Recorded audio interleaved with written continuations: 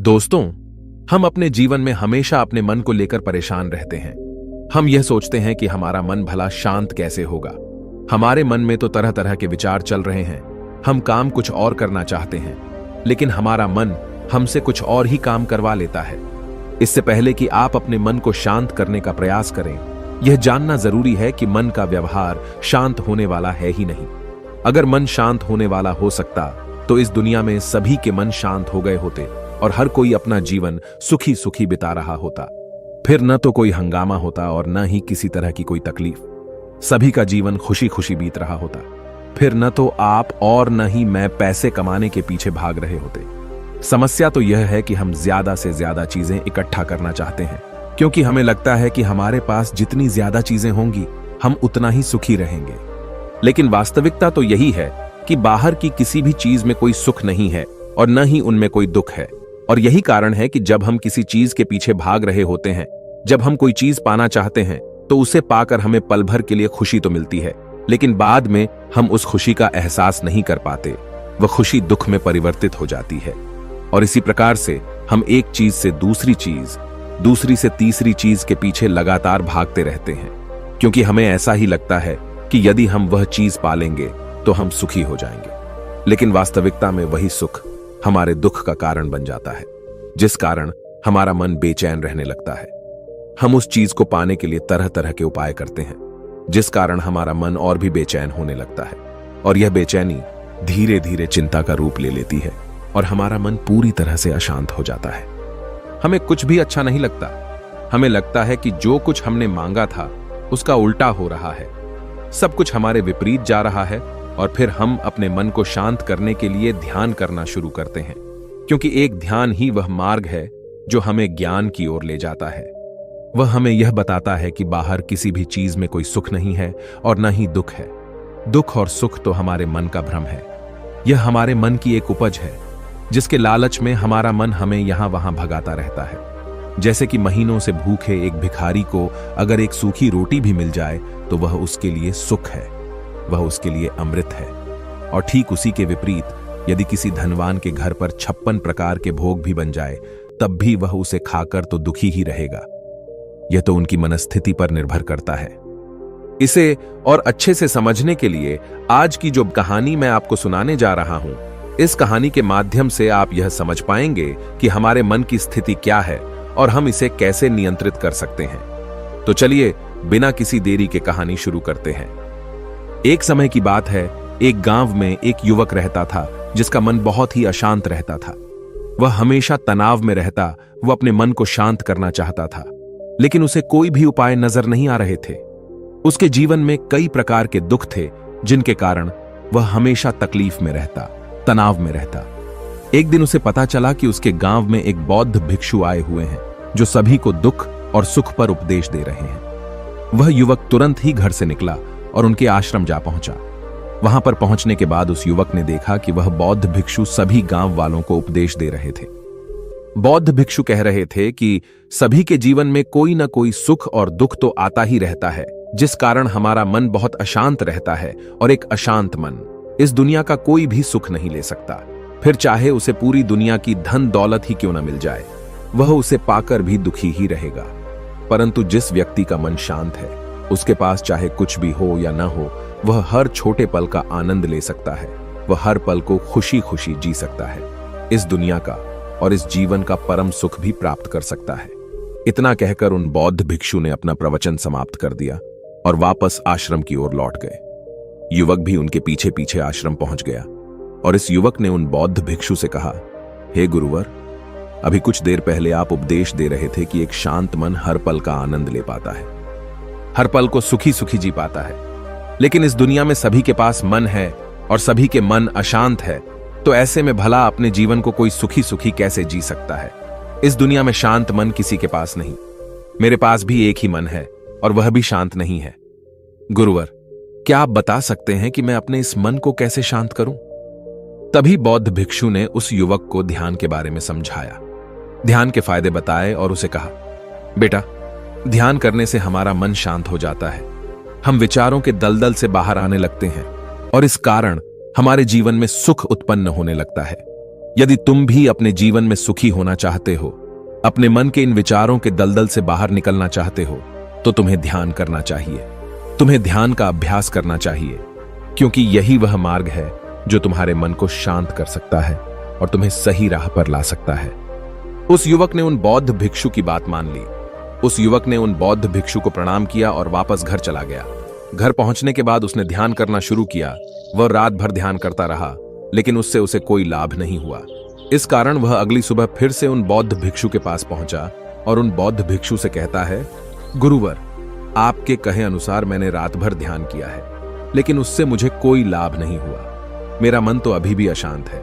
आप तो कह रहे थे कि ध्यान करने से हमारा मन शांत हो जाता है। तभी वह बौद्ध भिक्षु उस युवा से कहते हैं, ध्यान कोई एक बार करने की चीज नहीं है, यह तो अभ्यास है और धीरे धीरे समय के साथ मन शांत होता जाएगा।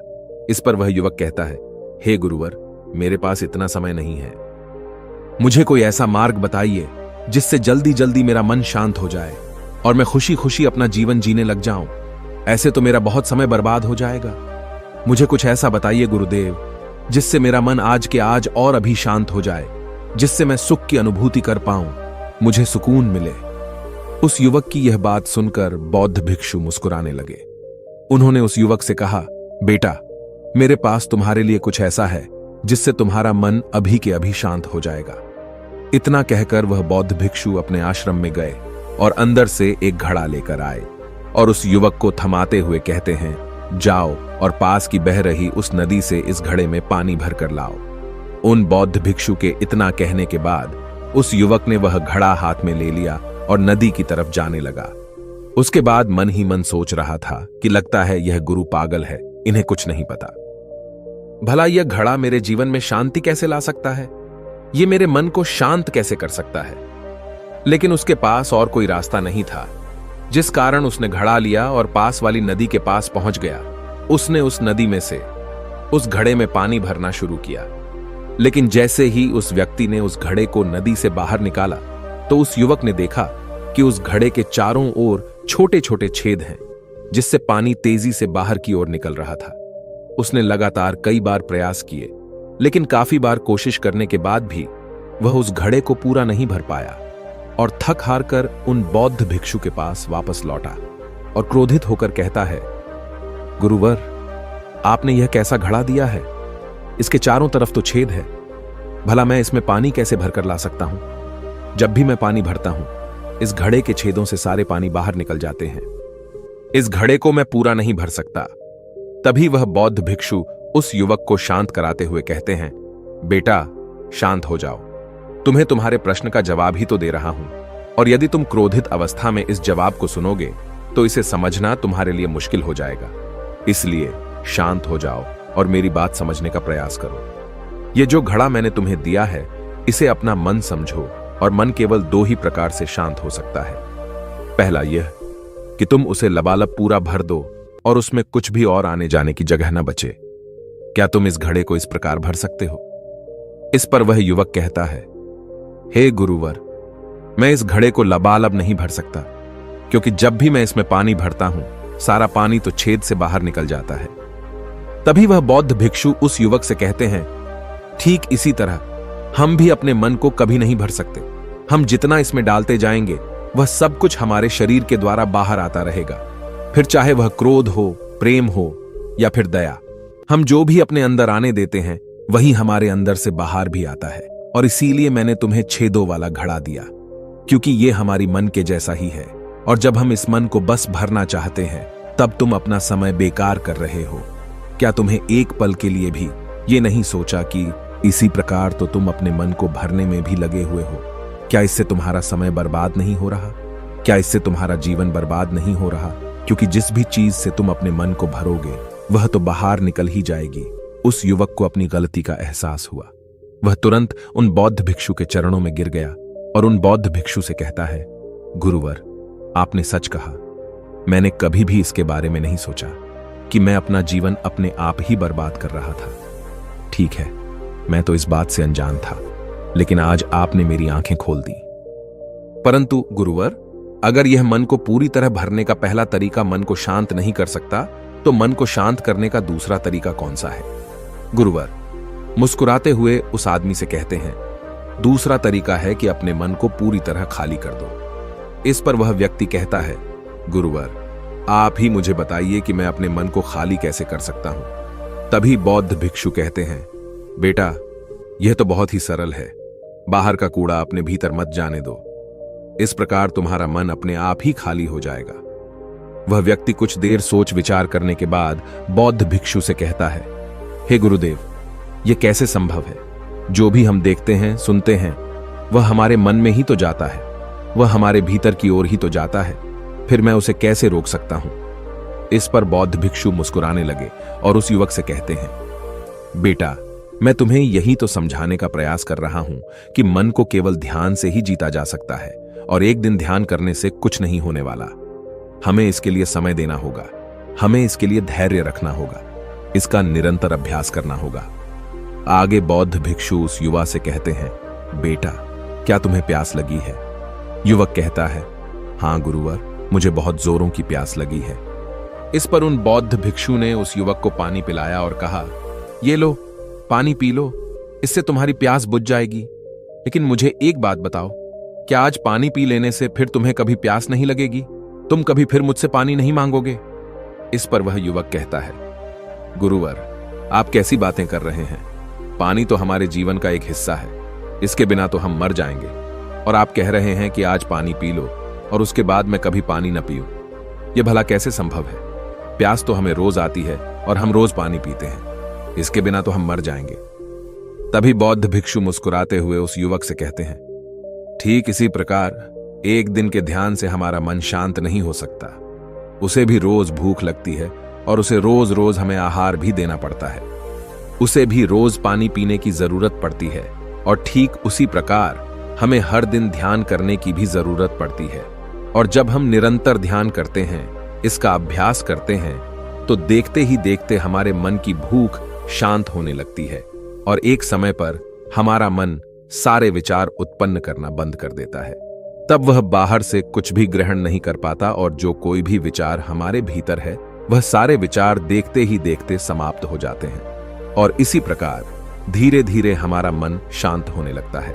आगे वह बौद्ध भिक्षु उस युवक से कहते हैं, बेटा, तुम ही तो कह रहे थे कि तुमने रात भर ध्यान किया है, लेकिन उसके बाद भी तुम्हारा मन शांत नहीं हो रहा। बेटा, तुम चाहो तो 1 घंटे के लिए ध्यान कर सकते हो, चाहो तो पूरा दिन भर तुम ध्यान करो, लेकिन इसका लाभ भी तुम्हें उतना ही मिलेगा। अर्थात मान लो तुम 1 दिन के लिए ध्यान करते हो तो इससे तुम्हारे मन को भी शांति केवल कुछ समय के लिए ही मिलेगी। यह हो सकता है कि वह 1 घंटे के लिए शांत रहे या फिर केवल कुछ क्षणों के लिए, लेकिन वह शांत अवश्य होगा। लेकिन जैसे ही उसे फिर से भूख लगेगी, वह फिर से अशांत हो जाएगा और फिर से यहां वहां भागने लगेगा और वह अपने विचारों की तलाश में आगे बढ़ेगा, क्योंकि उसे भी तो भूख लगी है, उसे भी तो खाना चाहिए, उसे भी तो पानी चाहिए। जैसे कि जब तुम्हें भूख लगती है तुम अशांत हो जाते हो, क्योंकि तुम्हें भोजन चाहिए, पानी चाहिए, ताकि तुम अपने पेट की भूख को मिटा सके और तुम्हें शांति मिले। इस पर वह युवक कहता है, आप सत्य कहते हैं, मैं ही गलत था, मेरी ही गलती है। मैं अपने मन को अवश्य शांत करके रहूंगा, फिर चाहे इसके लिए मुझे कितना भी समय क्यों न लग जाए, मैं भी उस सुख को प्राप्त करके ही रहूंगा। मैं इस खाली घड़े में पानी भरकर अपने जीवन को बर्बाद नहीं करना चाहता। मैं अपने मन को शांत करके ही रहूंगा, मैं अपने मन को पूरी तरह से खाली कर दूंगा। इतना कहकर उस युवक ने उन बौद्ध भिक्षुओं को प्रणाम किया और वापस अपने घर की ओर लौट गया। दोस्तों, हम लोगों के जीवन में भी कई प्रकार की समस्याएं हैं और हम उन समस्याओं का समाधान करना चाहते हैं, और अंत में हमें जो मार्ग मिलता है वह ध्यान है।